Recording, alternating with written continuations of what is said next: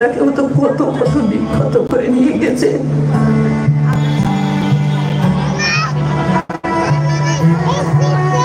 মানে আমার এখনো মনে আছে যে আমি পাওয়ার দিকে ধরছি, আমি ভাবছি মানে কিছু পাবো, বাট আমি গ্রিপ করতে যাই দেখি কিছু নাই, সব গলা। জাস্ট হাত দিতে যাই হচ্ছে আমি জাস্ট গ্রিপ করতে পারছি, এত ওয়েট বাট কোনো কিছু নাই, সবকিছু একদম পুরো বডি গলে গেছে। আল্লাহ দেখ 34 জন ভিডিও গেছে, 34 জন ইউটিউব লাইভ আমার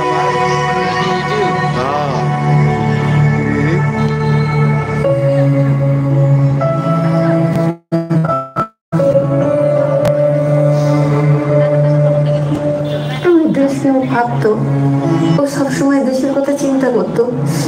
আমি জানি না ওই স্ট্যাটাস আমি নিজেও পড়েছি, সারা দেশবাসী পড়েছে।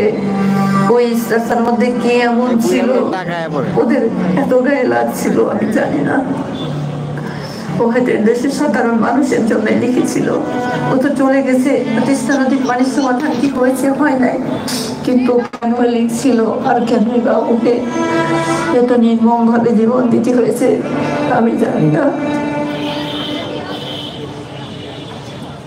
6 তারিখ হচ্ছে সকাল সম্ভবত 9:30টার দিকে বাস ছিল ভাইয়া, তো বাসে হলে আসলে শহীদ মিনার তো বেজে গেছিল।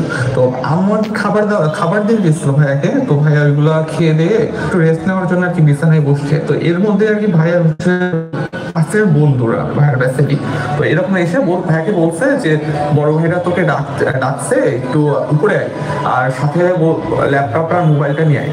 ভাইয়া তখন শুধু বলছে কি ব্যাপার, মানে কোনো সমস্যা? বলছে আরে আয় উপরে আয়, আসলে মানে জানতে পারবি। তাকে মেনলি এখানে সে আমাদের ইন্ডিয়া বাংলাদেশের যে ডিপ্লোম্যাটিক সম্পর্ক ফেনী নদী নিয়ে মেনলি একটা পোস্ট করে, যেটা ছাত্রলীগের তখনকার যারা নেতা কর্মীরা ছিল তাদের এটা খুব গায়ে লাগে। তো রুমে ডেকে নেওয়ার পর থেকে তাকে বিভিন্ন প্রশ্ন করা হয়, জিজ্ঞাসাবাদ করা হয়, তার ফোন চেক করা হয়, তার ল্যাপটপ চেক করা হয়, এবং তারা যখন তার ফোনে বা ল্যাপটপে তেমন কিছু মানে সলিড কিছু যখন না পায়, তারা যেটা সন্দেহ করে যে সে হয়তো অনেক কোনো কিছু হাইড করছে, তাকে তারপর ফিজিক্যালি টর্চার করা শুরু করা হয়। তাকে থাপ্পড় দেওয়া হয়, স্ট্যাম্প দিয়ে আসা হয় পাশের রুম থেকে, স্ট্যাম্প দিয়ে মানে অমানসিকভাবে খুব বেশি হিট করা হয়, এবং একটা পর্যায়ে যে স্ট্যাম্প ভেঙে যায়। এর কিছুক্ষণ পরে আবার একটা স্ট্যাম্প নিয়ে তাকে মারা হয়। তো সে একটা সময় পর সে যে মাটিতে লুটিয়ে পড়ে, সে বমি করে। আম্মু আসলে ওই টাইমে মোটামুটি 9:30টার দিকে হচ্ছে কয়েকবার কল দেওয়ার চেষ্টা করে, কিন্তু আম্মুর কল হচ্ছে ধরে নাই। তো আম্মুর কল না ধরার পরে হচ্ছে আম্মু আমাকে কয়েকবার এসে হচ্ছে বলছে যে কি ব্যাপার হচ্ছে, ভাইরে কল দিতেছি কল ধরতেছে না কেন। তারপরে বলতেছে ভাইয়া কল ধরে নাও। তখন আব্বু অলরেডি ঘুমাই গেছে। তখন আর কি আমি হচ্ছে একটু চেক করতে গেলাম যে দেখি ভাইয়া হচ্ছে ফেসবুকে অ্যাক্টিভ আছে কিনা, বা হচ্ছে ব্যাপার কি হচ্ছে ভাইয়ের কোনো রুমমেটের নাম্বার পাওয়া যায় কিনা।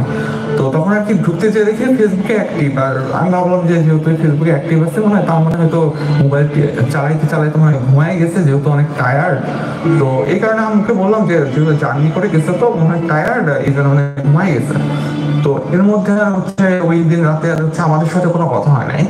তাকে মোটামুটি মারতে মারতে তার তলপেটে হিট করা হয়। মৃত্যুর পর আমরা যেটা পরে দেখিয়েছিলাম, তারপরে তার পুরো 2 হাত 2 পা একদম কালশিটে পড়ে গিয়েছিল। তাকে শরীরে এমন কোনো জায়গা নেই যেখানে তাকে হিট করা হয়নি। একটা পর্যায়ের পর সে যখন একদম খুব বমি করে ফেলে, তাকে ওয়াশরুমে নিয়ে ওয়াশ করা হয়, এরপর আবার রুমে নিয়ে মারা হয়। এই মারের মাঝখানে সে আমাদের যারা ব্যাচমেট ছিল, যাদেরকে সে চিনত, ইভেন তার রুমমেটও ছিল এর মধ্যে, তাদেরকে বিভিন্নভাবে রিকোয়েস্ট করে এবং কনভিন্স করার চেষ্টা করে যে সে আসলে কোনোভাবে কোনো কিছুর সাথে জড়িত না। পরিস্থিতি যখন খুব বেশি খারাপ হয়ে যায়, তারা ফাহাদকে ওয়াশ করে 2011 থেকে 2005 নাম্বার রুমে নিয়ে যায় সেন্দোলা করে। 2005-এ নেওয়ার পর তারা ঠিক করে যে তাকে যে করেই হোক ডাক্তারের কাছে বা মেডিকেলে নিতে হবে। আপনাকে অ্যারেস্ট করার জন্য তখন অলরেডি পুলিশকে বলে দেওয়া হয়েছিল এবং পুলিশ গেটের বাইরে ওয়েট করছিল, কিন্তু পুলিশকে এই জন্যই তুলে দেওয়া যাচ্ছিল না কারণ পুলিশ তখন বলেছিল যে হেঁটে যদি আপনারা না আসতে পারে তাহলে তারা তাকে রিসিভ করবে না, কারণ তার দায় নেবে না। তারপরে যদি কোনো সমস্যা হয় এটার দায় সে নেবে, তারা নেবে না। ফাহাদকে যখন 2005-এ নিয়ে আসা হয়, তার আগে ম্যাক্সিমাম যারা তাকে বেশি অলরেডি নিচে নেমে যায়, কারণ তারাও দেখছিল যে তার আসলে অবস্থাটা খুব ক্রিটিক্যাল। তখন আমাদের ব্যাচে কিছু ছাত্রলীগ